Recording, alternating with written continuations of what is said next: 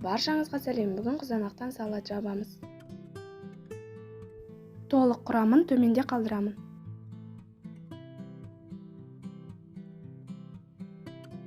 Ең алдымен қызанақтарды, болгары бұрышын, пияз бен сарымсақтарды турап аламыз.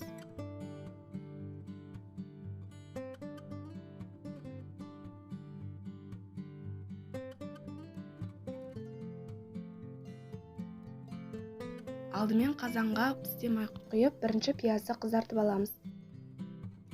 Және үстіне болгары бұрышын саламыз. Араластырып,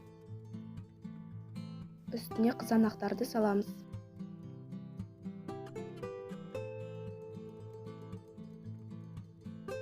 Тағы да жақсылап араластырып, қайнатамыз.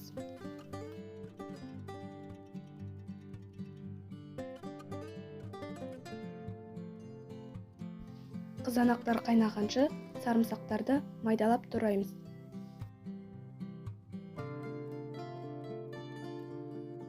Міне қызанақ қайнап жатыр, енді үстіне лавр жапырағын саламыз.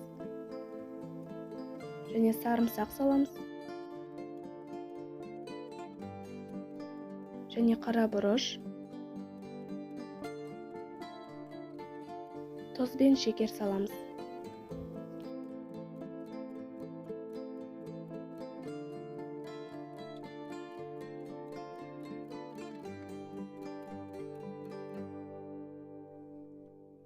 Және ақ желке мен қызыл бұрыш салып, жақсылап араластырамыз.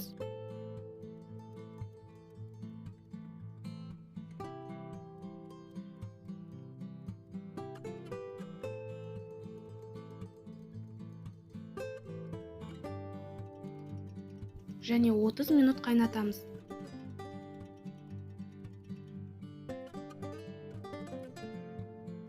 Банкаларды буландырамыз.